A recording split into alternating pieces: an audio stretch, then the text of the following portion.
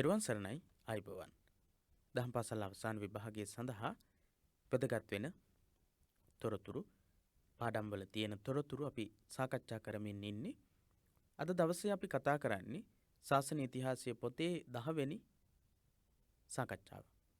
ශාසන ඉතිහාසයේ පොතට සම්බන්ධ 10 වෙනි සාකච්ඡාව තමයි අද දවසේ අපි කතා කරන්නේ.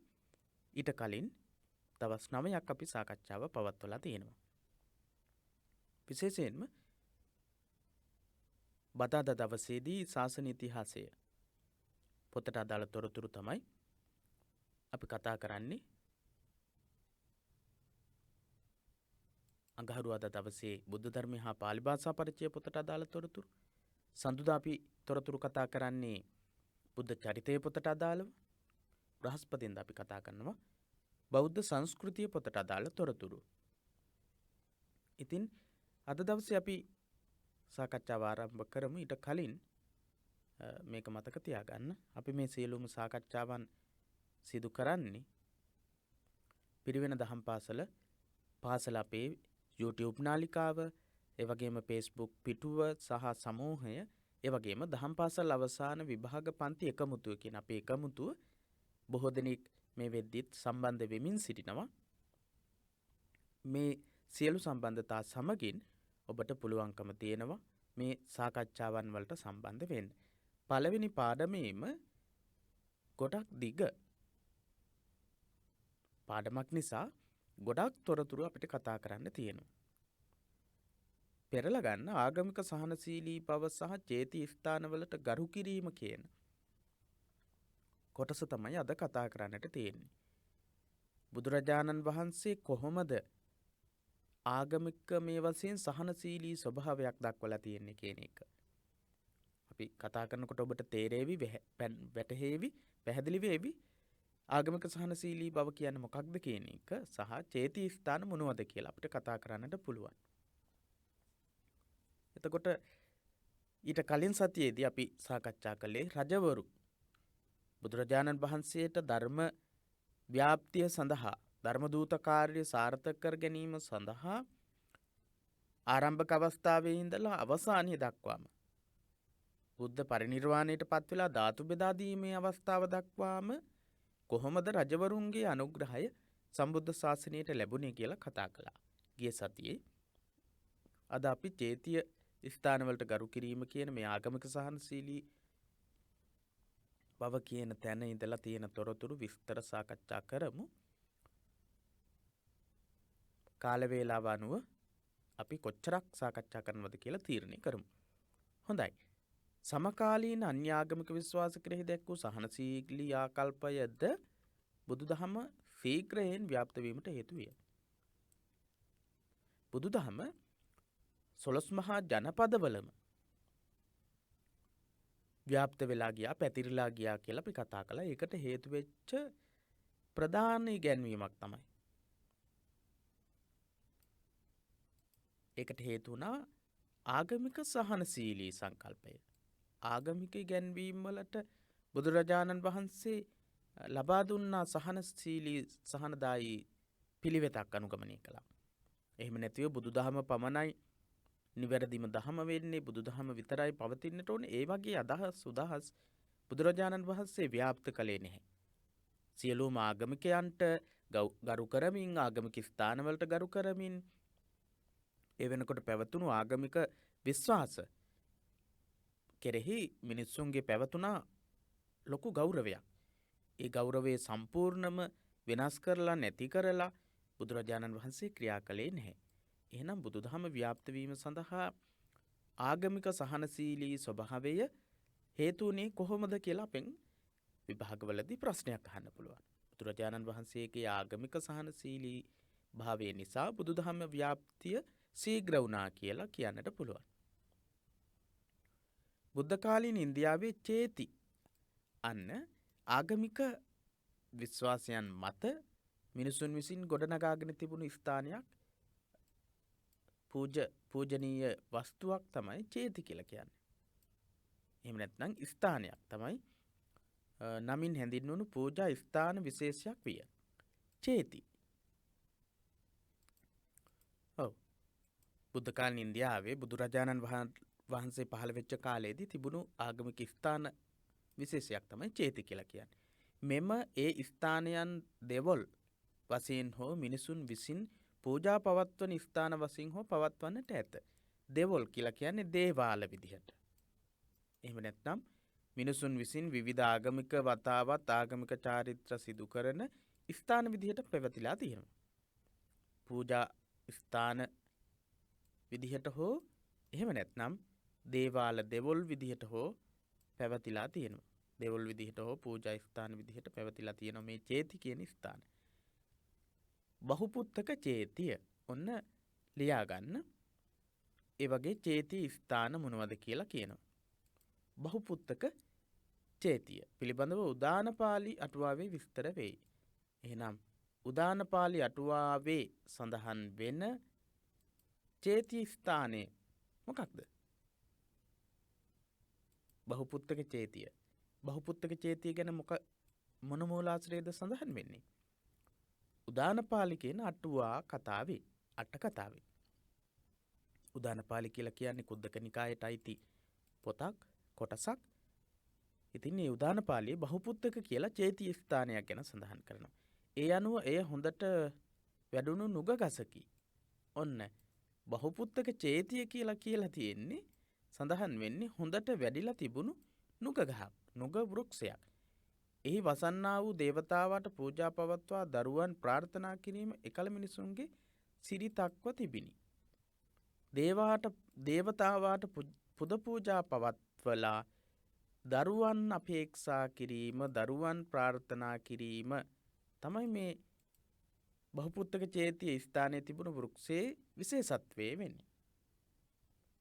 බහුපුත්තක චේතිය ස්ථානයේ තියෙන විශේෂත්වය මේ වෘක්ෂයට, මේ විශාල නුග වෘක්ෂයට දෙවියෙක් සම්බන්ධ වෙලා ඉන්නවා කියලා සඳහන් කරනවා. අරක් ගත්ත දෙවියෙක් ඉන්නවා. ඒ දෙවියාට විවිධ පුද පූජා පවත්වලා දරුවන් ලබා ගන්නට පුළුවන් කියන විශ්වාසයක් තිබුණා. බහුපුත්තක චේතිය කියන ස්ථානයේ. මල්ලවරුන්ගේ මකුටබන්ධ චේතිය. ඔන්න තවත් චේති ස්ථානයක් සඳහන් කරනවා. මොකක්ද ඒ චේති ස්ථානය? මකුටබන්ධ චේති ස්ථානය. මල්ලවරුන්ගේ මකුටබන්ධ කියන චේති ස්ථානය. මල්ල රජදරුවන්ගේ ඊළඟට කුසිනාරා නුවර වාසීන් විසින් පුද පූජා පැවැත්වූ ස්ථානයකි. කුසිනාරා නුවර බුදුරජාණන් වහන්සේගේ පරිනිර්වාණයත් සිද්ධ වෙන්නේ මේ නුවර. මල්ල රජදරුවන්ගේ උපවර්තන කියන සල්ුවේනේ තමයි බුද්ධ පරිනිර්වාණය සිද්ධ වෙන්නේ. ඉතින් මල්ලවරුන්ට තිබුණා මකුටබන්ධ කියලා චේති ස්ථානයක්. මේ චේති ස්ථානයේ තිබුණේ කුසිනාරා නුවර. කුසිනාරා නුවර වාසීන් විවිධ පුද පූජා පවත්වලා තියෙනවා මකුටබන්ධ කියන චේති ස්ථානයට. එහෙනම් චේති ස්ථාන දෙකක් ඉගෙන ගත්තා. අපි දැනගත්තා. එක ස්ථානයක් තමයි බහුපුත්තක චේති ස්ථානය. දරුවන් ලබා ගැනීම සඳහා විශ්වාසයක් ඇති කරගෙන විශාල වෘක්ෂයකට වන්දනාමාන කිරීමේ චාරිත්‍රයක් ආගමික ස්ථානයක් තමයි බහුපුත්තක චේති ස්ථානය කියන්නේ. මල්ලවරුන්ගේ මකුටබන්ධ චේතිය කුසිනාරා නුවර පිහිටලා තිබුණා. මෙම චේතිය වන්දනාව හා විශ්වාසයේද ආර්යයන් ඉන්දියාවට පැමිණි මුල් කාලයේ සිට පැවති ආගමික විශ්වාසයක් විය. මෙම චේතිය වන්දනාව හා විශ්වාසය මොන චේතියද? ඔව්, මකුටබන්ධ කියන චේති ස්ථානයට කොච්චර අතීතයක් තියෙනවද කියලා මෙතන සඳහන් වෙනවා. ආර්යයන් ඉන්දියාවට පැමිණි මුල් කාලයේ සිටම, ආර්යයන් ඉන්දියාවට මධ්‍ය ආසියාවේ ඉඳලා ආපු මුල්ම කාලේ ඉඳලා මෙම චේතිය ස්ථානය, මකුටබන්ධ කියන චේති ස්ථානය වන්දනාවට පාත්‍ර වෙච්ච ස්ථානයක්. බුදුරදුන් මෙම පැරණි ඉන්දියානු විශ්වාසයන් බොහෝම ස්ථානයන් හෝ විශ්වාසයන් හෝ එම පූජා ස්ථාන හෙලා දැක නැත. බුදුරජාණන් වහන්සේ මේ ස්ථාන හෙලා දැක්කේ නැහැ. වෘක්ෂ වලට වන්දනාමාන කරමින් දරුවන් ලබා ගන්නට එහෙම ක්‍රියා කරනවා එහෙම කියලා බුදුරජාණන් වහන්සේ ඒ ස්ථාන පිළිබඳව විවේචනය කරලා නැහැ, ප්‍රතික්ෂේප කරලා නැහැ. මකුටබන්ධ කියන චේති ස්ථානයේ කුසිනාරා නුවර පැවතුණු මල්වරුන්ගේ මකුටබන්ධ කියන චේති ස්ථානය ගැනත් එහෙමයි. මේක ඈත අතීතයේ ඉඳලා පැවතුණු විශ්වාසයක්. ඒ නිසා බුදුරජාණන් වහන්සේ මේ පිළිබඳව විවේචන කරන්නට ගියේ නැහැ. බුදුරදුන් මෙම ඉන්දියානු විශ්වාසයන් හෝ එම පූජා ස්ථාන හෙලා දැකලා නැහැ. ඒවා කෙරෙහි උන්වහන්සේ සහනශීලී ආකල්පයක් දක්වලා තියෙනවා. සහනශීලී ආකල්පයක් දක්වලා තියෙනවා. එම ස්ථාන බුදුරදුන්ගේ සිත් වූයේය. පිරිනිවන් පෑමට ආසන්න සමයේ එක් දිනක පෙරවරුෙහි විශාලා නුවර පිණුසිඟා හැසිර පස්වරුවේ අනද හිමියන් සමග බුදුරජාණන් වහන්සේ චාපාල චේතිය ස්ථානයට වැඩම කළහ. බුදුරජාණන් වහන්සේ මේ ස්ථාන හෙලා දැකලා නැහැ කියන එකට අපිට උදාහරණ කියන්න වෙනවනේ. ඉතින් එහෙනම් දැන් අපි උදාහරණයක් කතා කරන්නට තමයි සූදානම් වෙන්නේ. බුදුරජාණන් වහන්සේගේ හිතේ මේ ස්ථාන කෙරෙහි යම්කිසි අදහසක් තිබිලා තියෙනවා. ඒ අදහස බුදුරජාණන් වහන්සේ ප්‍රකාශ කරනවා. එක අවස්ථාවක උදේවරුවේ පිණ්ඩපාතේ වැඩම කරලා හවස් වරුවේ පිණ්ඩපාතයෙන් වැළකීලා බුදුරජාණන් වහන්සේ චාපාල කියන චේති ස්ථානයට වැඩම කළා. එතනදී ආනන්ද වේසාලිය රමණීයයි. ගෝතමක චේතිය, බහුපුත්තක චේතිය, සත්තම්බක චේතිය රමණීයයි. චාපාල චේතිය රමණීයයි. අන්න ඒ විදිහේ ප්‍රකාශයක් බුදුරජාණන් වහන්සේ විසින් කරනවා. මහා පරිනිබ්බාන සූත්‍රයේ තමයි මේ විස්තරේ සඳහන් වෙන්නේ. බුදුරජාණන් වහන්සේ චේති ස්ථාන ගැන දක්වපු චේති ස්ථාන කෙරෙහි දක්වලා තියෙන යම්කිසි ආකල්පයක් තමයි මේකෙන් කියවෙන්නේ. ආනන්ද වේසාලිය රමණීයයි. විශාලාව රමණීයයි. ගෝතමක චේතියත් රමණීයයි. ගෝතමක චේතිය රමණීයයි. බහුපුත්තක චේතිය රමණීයයි. සත්තම්බක චේතිය රමණීයයි. චාපාල චේතිය රමණීයයි. එහෙනම් බුදුරජාණන් වහන්සේ මේ චේතිය ස්ථාන කෙරෙහි සහනශීලී අදහසක් එහෙම නැත්නම් ඒ චේති ස්ථාන ප්‍රතික්ෂේප කිරීමක් එහෙනම් රමණීයයි කියලා දක්වන්නේ නැහැ. බුදුරජාණන් වහන්සේ ඒ විදිහේ අදහසක් තමයි මේ චේති ස්ථාන කෙරෙහි දක්වලා තියෙන්නේ. පරිනිබ්බාන සූත්‍රයේ එහෙමයි සඳහන් වෙන්නේ. ආනන්ද වේසාලී රමණීයයි. ගෝතමක චේතිය රමණීයයි. බහුපුත්තක චේතිය රමණීයයි. බුදුරජාණන් වහන්සේ මේ චේති ස්ථාන රමණීයයි කියලා දක්වලා තියෙන්නේ මහා පරිනිබ්බාන සූත්‍රයේ තමයි මේ විස්තරය සඳහන් වෙන්නේ. චේති ස්ථාන කිහිපයක්ම මේ උද්ෘතයේ සඳහන් වෙනවා. ගෝතමක චේතිය, බහුපුත්තක චේතිය, සත්තම්බක චේතිය, චාපාල චේතිය. ගෝතමක චේතිය, බහුපුත්තක චේතිය, සත්තම්බක චේතිය, චාපාල චේතිය කියන චේති ස්ථාන හතරක්. ප්‍රශ්නයක් එන්නට පුළුවන්. බුදුරජාණන් වහන්සේ විසින් සහනශීලී ආකල්පයක් දක්වන ලද චේති ස්ථාන හතරක් නම් කරන්න කියලා. ප්‍රශ්නයක් ලියා ගන්න. බුදුරජාණන් වහන්සේ විසින් ආගමික සහනශීලීත්වයක් දක්වා ඇති චේතිය නම් ආගමික ස්ථාන පැවතී තිබේ. එයින් හතරක් නම් කරන්නට කියලා අපෙන් අහන්නට පුළුවන්. එහෙම නැත්නම් බෞද්ධ සූත්‍ර දේශනාවල පවා සඳහන් වෙන බුදුරජාණන් වහන්සේ රමණීය ලෙස දක්වා ඇති රමණීය යයි දක්වා ඇති චේති ස්ථාන හතරක් නම් කරන්නට කියලා. හොඳයි. ඔබට මේ පිළිබඳව හොඳ අදහසක් ඇති වෙන්නට ඇති. යනුවෙන් එම ස්ථානවල පැවති රමණීයත්වයේ අගය කළ බව පරිනිර්වාණ සූත්‍රයේ සඳහන් වේ. ඔන්න සූත්‍රයේ නම මම මුලින් සඳහන් කළා. පාඩමේත් සඳහන් වෙනවා පරිනිර්වාණ සූත්‍රය කියලා. පරිනිබ්බාන සූත්‍ර දේශනාවේ තමයි මෙහිම සඳහන් වෙන්නේ. චාපාල චේතියෙහි රමණීයත්වයේ දුටු උන්වහන්සේට මීට පෙර අවස්ථාවලදී තමන් වහන්සේගේ සිත්ගත් ඒ අනෙක් චේතියන් ගැන සිහියට නැගී මෙසේ සඳහන් කරන්නට ඇතැයි සිතිය හැකිය. චාපාල චේතියෙහි රමණීයත්වය. චාපාල කියන චේති ස්ථානයට තමයි බුදුරජාණන් වහන්සේ පිරිනිවන් පෑමට වැඩම කරන්නේ. ආයු සංස්කරණය කිරීම සඳහා වැඩම කරන්නේ. ආයු සංස්කරණය සිද්ධ වෙන්නේ චාපාල කියන චේති ස්ථානයේදී. මේ චේති ස්ථානයට වැඩම කළාට පස්සේ බුදුරජාණන් වහන්සේට කල්පනා වෙන්නට ඇති උන්වහන්සේ අහලා තිබුණු දැකලා තිබුණු චේති ස්ථාන අපි මුලින් සඳහන් කරපු චේති ස්ථානවල රමණීයත්වය සිහිපත් වෙලා ඒ විදිහට ආනන්ද හාමුදුරුවන් වහන්සේට ප්‍රකාශ කරන්නට ඇති. මිනිසුන් රැස්වන ස්ථානවලට ගොස් ධර්මයේ දේශනා කිරීම බුදුරදුන්ගේ සිරිතකි. සාමාන්‍ය බුදුරජාණන් වහන්සේගේ සිරිතක් උනේ මිනිස්සු රැස්වන තැන්වලට වැඩම කරලා ධර්මයේ දේශනා කරන එක. අද වගේ මිනිසුන් රැස් කරවගෙන ධර්මයේ දේශනා කළේ නැහැ. සමහර විට බුදුරජාණන් වහන්සේට සිදු වුණා මිනිසුන් නිතර රැස් වෙන තැන්වලට ගිහිල්ලා ධර්මයේ දේශනා කරන්න. එහෙනම් ඒ නිතර මිනිසුන් රැස් වෙන ස්ථානවලට බුදුරජාණන් වහන්සේ ඒ ස්ථාන ප්‍රතික්ෂේප කරා නම් හැල්ලුවට ලක් කරලා තිබුණා නම් ඒ ස්ථානවලට ගිහිල්ලා වැඩම කරලා ඒ ස්ථානවල ඉන්න අයට ධර්මයේ දේශනා කරන්න පුළුවන්කමක් ලැබෙන්නේ නැහැ. නම් ධර්මයේ ව්‍යාප්ත කිරීමේදී චේති ස්ථාන කියන තැන්වල හිටපු විශාල පිරිස් බුදුරජාණන් වහන්සේට ධර්මයේ දේශනා කිරීම සඳහා අවස්ථාව ලබා ගන්න හේතුවක් වෙච්ච අවස්ථාවක්. ඒ අනුව මෙම චේතිය වලටද වැඩමවා එහි පිළි පූජා සඳහා පැමිණි ජනතාවට බුදුරදුන් දහම් දෙසන්නට ඇත.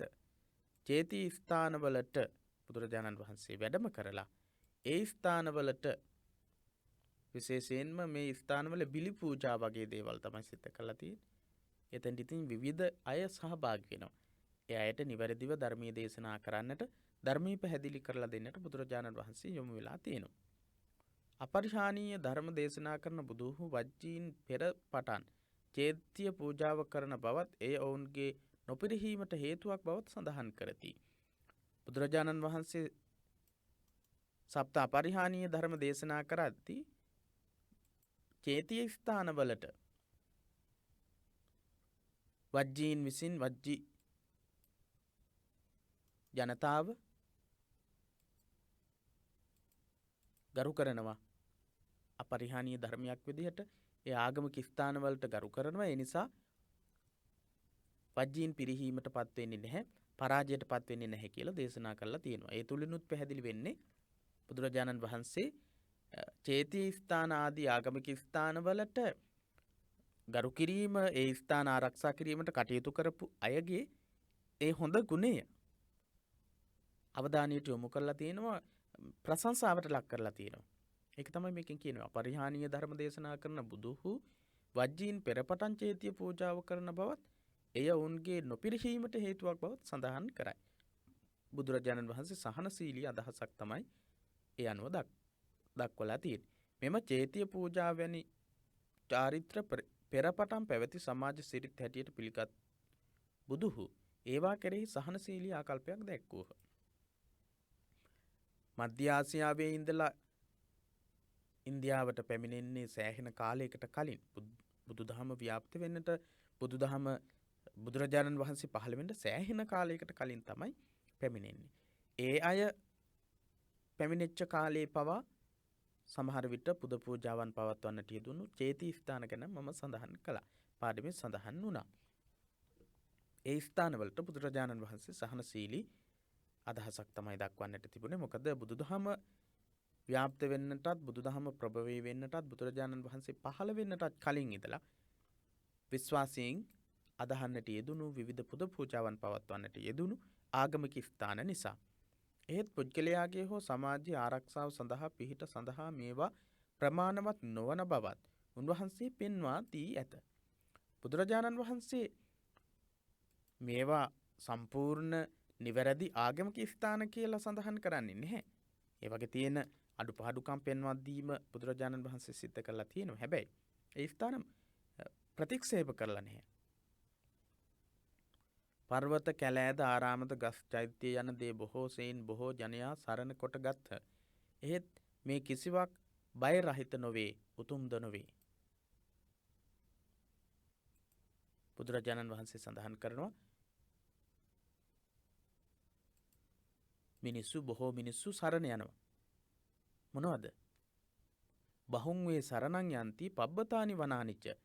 බොහෝ මිනිස්සු බය, චකිතය වගේ දේවල් ඇති වුණාම බොහෝ පර්වත, වනාන්තර, කැලෑ, ගස් ඒ වගේ දේවල් වන්දනා කරනවා. හැබැයි ඒ තුලින් බිය රහිත වෙන්නේ නැහැ, බිය දුරු වෙන්නේ නැහැ කියලා සඳහන් කරලා තියෙනවා.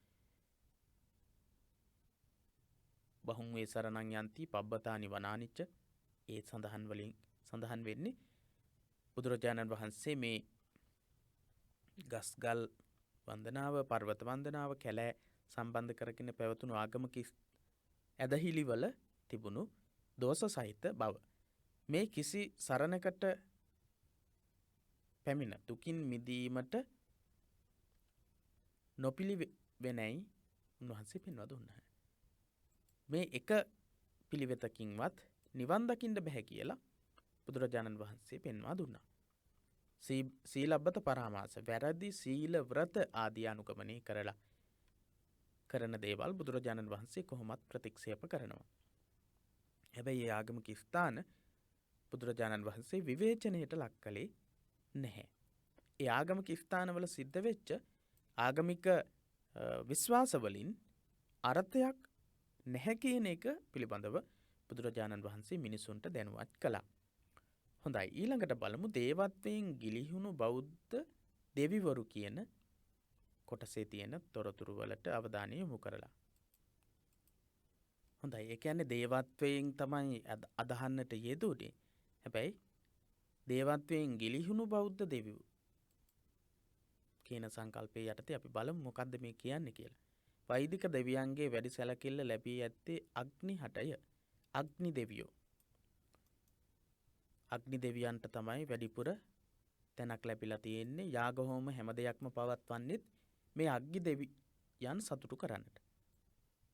අග්නි දෙවියන් සතුටු කරන්නට තමයි යාග හෝම ආදී පවත්වලා තියෙන්නේ. මේ අග්නි හැඳින්වීම සඳහා යොදා ඇති බොහෝමයක් නම් බුදුරජාණන් වහන්සේ හැඳින්වීම සඳහාද ඇත. අග්නි දෙවියන් හැඳින්වීම සඳහා පාවිච්චි කරන ගොඩක් නම් බුදුරජාණන් වහන්සේ හැඳින්වීම සඳහාත් පාවිච්චි කරලා තියෙනවා. අංගී රස යන්න එවැන්නකි. සූර්යයා හැඳින්වීමට යෙදූ ලාංඡනයද නම්ද බුදුරදුන් හැඳින්වීමට යොදා ඇත. අංගී රස. අංගී රස කියලා කියන්නේ අග්නි දෙවියන් හැඳින්වීම සඳහා පාවිච්චි කරපු වචනයක්. හැබැයි බුදුරජාණන් වහන්සේව හැඳින්වීම සඳහාත් පාවිච්චි කරලා තියෙනවා. ඊට අමතරව සූර්යයා හැඳින්වීම සඳහා යොදපු ලාංඡන සහ නම් බුදුරජාණන් වහන්සේව හැඳින්වීම සඳහා පාවිච්චි කරලා තියෙනවා. ආදිච්ච බන්දු කියලා කියන්නේ සූර්යාට. නම බුදුරදුන්ට යොදා ඇත. නෙළුම් මල උන්වහන්සේ හැඳින්වීමට යොදා ඇති ලාංඡනයකි. නෙළුම් මල. නෙළුම් මලත් බුදුරජාණන් වහන්සේව හැඳින්වීම සඳහා පාවිච්චි කරනවා. මේ අන්දමින් එවක ජන සමාජයේ පැවති යම් යම් විශ්වාසයන් කෙරෙහි බුදු සමය අනුකූලතාවක් දැක්වීම බුදු සමය කෙරෙහි ಭಾರತೀಯ ජනයාගේ සිත් ඇද ගැනීමට හේතුවක් විය. ඒ විදිහට විවිධ ආකාරයෙන් ඒ කාලේ හිටපු ජන සමාජයේ පැවතුණු විශ්වාස කෙරෙහි බුදු සමය අනුකූලතාවයක් දක්වනවා. බුදුරජාණන් වහන්සේව හැඳින්වීම සඳහා නෙළුම් මල පාවිච්චි කිරීම, ආදිච්ච බන්දු කියන සූර්යයා හැඳින්වීමට පාවිච්චි කරපු වචන බුදුරජාණන් වහන්සේව හැඳින්වීමටත් පාවිච්චි කිරීම, අග්නි දෙවියන් හැඳින්වීමට පාවිච්චි කරපු වචන, අංගීරස වගේ වචන බුදුරජාණන් වහන්සේ හැඳින්වීම සඳහාත් පාවිච්චි කිරීම. මේ වගේ ඒ තුලින් කියන්නේ බුදුරජාණන් වහන්සේ ගිනි දෙවියෙක් කියන එකවත් එහෙම නැත්නම් සූර්යයා හැඳින්වීමට පාවිච්චි කරන නමෙන් බුදුරජාණන් වහන්සේ ඒ ආගමික විශ්වාස සහ ඒ අදහසම නෙවෙයි. ආදිච්ච බන්දු කියලා කියන්නේ තුන් ලෝකයට මාලෝකයේ සපයන්නට පුළුවන් ධර්මාලෝකයේ විහිදුවන කෙනා කියන අදහසින්. අංගීරස කියන එකෙන් උන්වහන්සේ හඳුන්වන්නේ ඇත්තටම බුදුරජාණන් වහන්සේ ගිනි දෙවියන් පුදන නිසා නෙවෙයි, ගිනි දෙවියන් හා සමාන වෙන නිසා නෙවෙයි. උන්වහන්සේ මිනිසුන්ගේ හිත් තුළ ක්‍රියාත්මක වෙන කෙලෙස් නැමැති 10 නිවන්නට පුළුවන්. ශාස්ත්‍රවරයාණන් වහන්සේ කියන අදහසින් තමයි බුදුදහම තුළ මේ වචන පාවිච්චි කරලා තියෙන්නේ. නෙළුම් මල පාවිච්චි කරලා තියෙනවා බුදුරජාණන් වහන්සේ අනිකුත් ඒ සමාජයේ තුලින්ම බිහි වෙලා පద్මාකාර ජීවිතය කියලා උපමා කරන්නේ. කෙලෙස් වලින් දුර වෙලා බැහැර වෙලා සුවඳවත්ව උතුම් මනුස්සත්වයකට පත් වුණා, උතුම් උත්තරීතරත්වයට පත් වුණා කියන එක දැක්වීමට තමයි නෙළුම් මලකට උපමා කරලා තියෙන්නේ. හොඳයි. මේ හැරුණු විට බොහෝ වෛදික දෙවිවරුන් බුදු සමයේද ඇතුළත් කරගෙන ඇත්තාහ. බුදු සමයේ තුලත් සමහර දෙවිවරු ඇතුළත් වෙලා තිනවා. එහිදී එම දෙවිවරුන්ගේ චරිත ලක්ෂණ බෞද්ධ ආචාර විද්‍යාවට අනුව සදාචාරාත්මක කරනු ලැබ ඇත. දෙවිවරුන් බුදුදහමටත් ඇතුළත් වෙලා තියෙනවා. හැබැයි ඒ අයගේ සදාචාරාත්මක බව ඇති කරලා තියෙනවා බුදුදහම තුලින්. වෛදික දේව සංකල්පයේ ඒ අයුරින්ම ඇතුළත් කරගෙන නැත. වෛදික දේව සංකල්පවල සංකල්ප බුදුදහමට ඇතුළත් වෙලා තියෙනවා. ඒ වුණත් ඒ වෛදික දේව සංකල්පයේ තියෙන අදහස් දෙවිවරු ඒවා ඒ විදිහටම බුදුදහමට ඉදිරිපත් වෙලා නැහැ, ඇතුළත් වෙලා නැහැ. බෞද්ධ ස්වරූපයෙන් ඉදිරිපත් වී ඇත. බෞද්ධ ස්වරූපයෙන් තමයි මේ දෙවිවරු බුදුදහමට ඇතුළත් වෙලා තියෙන්නේ. බුදුදහමේ දේව සංකල්ප වලට ඇතුළත් වෙලා තියෙන්නේ. බුදු සමයේ සඳහන් වන දෙවියන් වූ කලී මිනිසා මෙන්ම පව්පින් අනුව සැරිසරන සත්ව කොට්ටාසේකි. බුදු සමයේ සඳහන් වෙන දෙවියන් වූ කලී මිනිසා මෙන්ම පව්පින් අනුව සැරිසරන සත්ව කොට්ටාසයක්. දෙවිවරු ගැන සඳහන් කරලා තියෙනවා සූත්‍ර පිටකයේ සංයුත්ත නිකායේ දේවතා සංයුත්තය සහ දේවපුත්ත කියන සංයුත්තවල. අනාථපිණ්ඩික දිව්‍ය පුත්‍රයා ගැන එහෙම සඳහන් වෙනවා.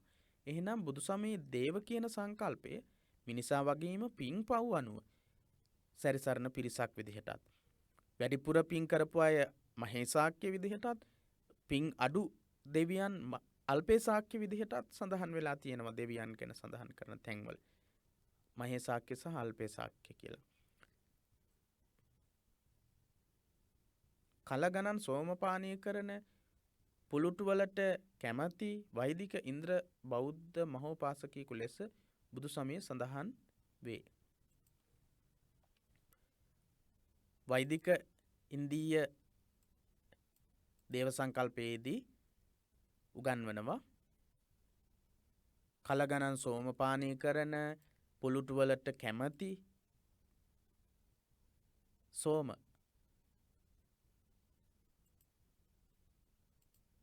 සෝමපානය කරන ඉන්ද්‍ර කියන දෙවියන්. වෛදික චින්තාවේදී ඉන්ද්‍ර කියන දෙවියන් කොයි වගේ කෙනෙක්ද? කලගණන් සෝමපානය කරනවා පුලුටුවට කැමති දෙවියෙක් විදිහට තමයි සඳහන් වෙන්නේ. බුදු සමයේදී ඉන්ද්‍ර කියන දෙවියන් උපාසකයෙකු බෞද්ධ උපාසකයෙක් බවට පත් වුණා කියලා තමයි සඳහන් කරන්නේ.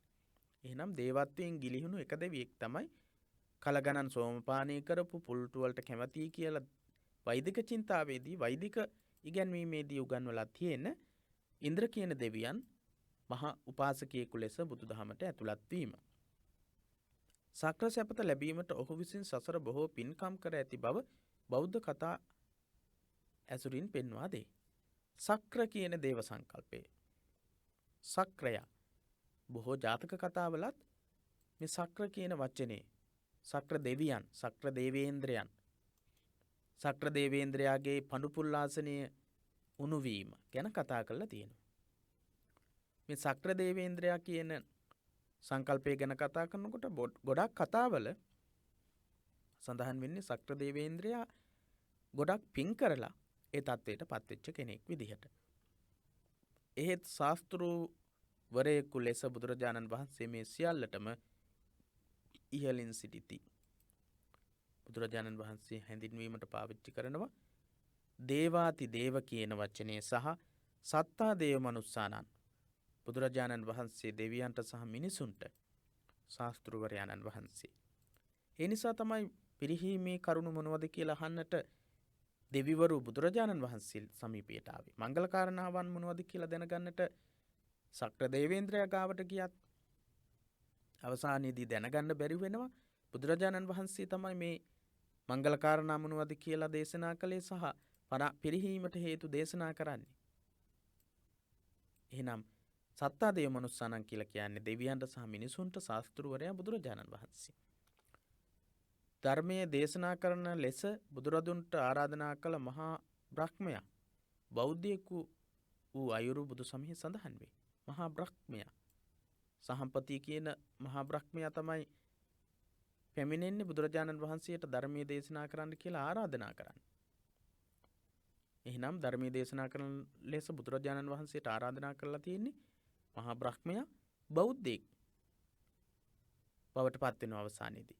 මේ අන්දමින් සමකාලීන ඉන්දියාවේ පැවති දේව විශ්වාසයේ බ්‍රහ්ම ඇදහිීම නව මුහුණුවරකින් බුදු සමයට ඇතුළත් කර ගැනීමද බුදු සමයේ ව්‍යාප්තියට ප්‍රබල හේතුවක් විය. ඒ කාලේ වෙනකොට මහා බ්‍රහ්ම කියන සංකල්පය දෙවියන් කියන සංකල්පය ගොඩක් ව්‍යාප්ත වෙලා තිබුණා. ඒ සංකල්ප බෞද්ධ මුහුණුවරකට එකතු කර ගැනීම බෞද්ධ මුහුණුවරකින් විවරණය කිරීමත් එක්ක බුදුදහම ව්‍යාප්ත කරන්න පහසු වුණා. මොකද දේව සංකල්ප බ්‍රහ්ම සංකල්ප වලට ලැබිකමක් දක්වපු අය හමුවේදී ඒ දෙවියන් අදහන අයටත් වඩා ඒ දෙවිවරුන්ටත් වඩා උත්තරීතර කෙනෙක් තමයි බුදුරජාණන් වහන්සේ කියන සංකල්පයෙන් ගත්තම බොහෝ දෙනෙක් බුදුරජාණන් වහන්සේට ගෞරව කරන ප්‍රමාණය වැඩි වෙන්නට පටන් ගත්තා. පැරණි ආචාර ධර්ම හා බෞද්ධ අර්ථකථන කියන කොටස අපි ඊළඟ දවසේ කතා කරමු. අද දවසේදී අපි එපමණයි සාකච්ඡා කරන්නට බලාපොරොත්තු වෙන්නේ. ඉතින් පැරණි ආචාර ධර්ම සහ බෞද්ධ අර්ථකථන කියන කොටස ඊළඟ දවසේ කතා කරමු. අද දවසේ අපි කතා කළා දේවත්වයෙන් ගිලිහිලා බෞද්ධ මුහුණුවරකට පත්වෙච්ච දෙවියන් පිළිබඳව බ්‍රහ්මයන් පිළිබඳව සංකල්ප මොනවද කියලා. ඊළඟට බුදුරජාණන් වහන්සේ ආගමික සහනශීලී ස්වභාවයක් දක්වමින් චේතී ස්ථාන වලට ගරු කිරීම වගේ කරුණු, ඒ වගේම ඒ ස්ථාන කෙරෙහි බුදුරජාණන් වහන්සේ දක්වපු ආකල්ප ගැන අද දවසේ කතා කළා. හොඳයි, අද දවසේදී අපි ශාසන ඉතිහාසයේ පොත සම්බන්ධ කරගෙන පළවෙනි පාඩමේ තියෙන විශේෂ තොරතුරු කිහිපයක් තමයි සාකච්ඡා කළේ. විශේෂ කරුණු ඔබ සටහන් කරගන්න, ලියා ගන්න. මේ විදිහට ටික දවසක් අපි පාඩම් වලට සම්බන්ධ වෙනකොට අපිට නොදැනීම අපිට ඕන විශේෂ කරුණු දැනුම, දහම් දැනුම ඇති කරගන්නට පුළුවන්. එහෙමනම් හෙට දවසේදී බෞද්ධ සංස්කෘතිය පොතට අදාළව අපි ඉගෙන ගන්නට තියෙන දේවල් සාකච්ඡා කරනවා. එහෙමනම් සඳුදා ඉඳලා බ්‍රහස්පතින්දා දක්වා ඔබට පුළුවන්කම තියෙනවා උදෑසන 9ට මේ පාඩම් සඳහා සම්බන්ධ වෙන්නට. තාක්ෂණික ගැටලු මතුවනාට පස්සේ විනාඩි කිහිපයක් එහෙම වෙන්නට පුළුවන්. කෙසේ නමුත් අපි ඒ සතියට අදාළව අනිවාර්යයෙන්ම කොටස ඒ පාඩම් වලට ඒ පොත්වලට අදාළ කොටස සම්පූර්ණ කරන්නට අදහස් කරනවා, කටයුතු කරනවා. ඒ නිසා දිගටම මේ සාකච්ඡාවන් සමග සම්බන්ධ වෙන්නට කියලා ඔබට මතක් කරන ගමන් පිරිවෙන දහම් පාසල අපේ YouTube නාලිකාව, Facebook සමූහය සහ පිටුව, ඒ වගේම දහම් පාසල් අවසාන විභාග පන්ති එකමුතුව සමගින් එකතු වෙන්න අපි දිගටම මේ සාකච්ඡාවන් පවත්වමු. එසේනම් අද දවසේ ඔබට තෙරුවන් සරණ ප්‍රාර්ථනා කරනවා.